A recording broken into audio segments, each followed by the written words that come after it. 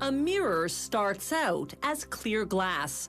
A robot lays each panel horizontally on a conveyor belt, which transports it to the washing station. There, sprayers blast the glass with water and cerium oxide, a powder derived from a type of earth. Rotating brushes scrub and polish both the top and bottom surfaces, removing oils and other contaminants. This washing process takes about a minute per panel. Next, sprayers rinse the glass with piping hot demineralized water. Demineralized because the minerals in plain tap water would damage the metals they apply next.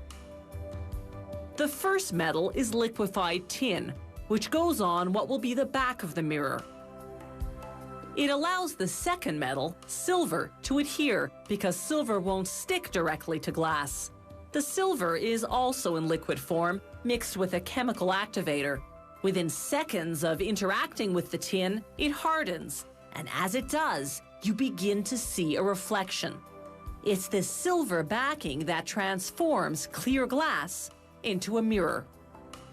Sprayers rinse off the excess silver, which gets recycled back into the system. The factory will seal this silver backing with 2 coats of paint. Paint by itself, however, isn't enough to protect the silver in the long term, so they first spray on a layer of copper. Sprayers rinse off the excess copper, then the panel passes through a dryer at 71 degrees Celsius. This evaporates the moisture on the surface in just 75 seconds. Now the panel passes copper side up through what's called the curtain coater, a machine that runs a continuous curtain of paint across the conveyor belt. With its fresh coat of paint, the mirror then passes through an oven heated to 99 degrees Celsius. After a minute and 45 seconds, the paint is cured. Now the second coat of paint. There's no reason for the different color other than to differentiate the coats.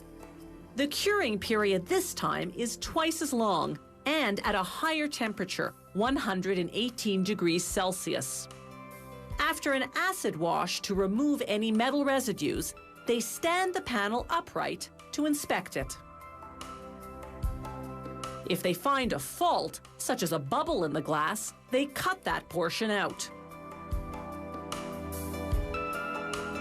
The factory now cuts these large panels into whatever size and shape the customer has ordered, using a special mirror cutting machine that's precision guided by computer software. To make round mirrors, the machine first scores the panel into squares. Then in each square, it scores a circle. Using special tools, workers separate the squares, then the circles.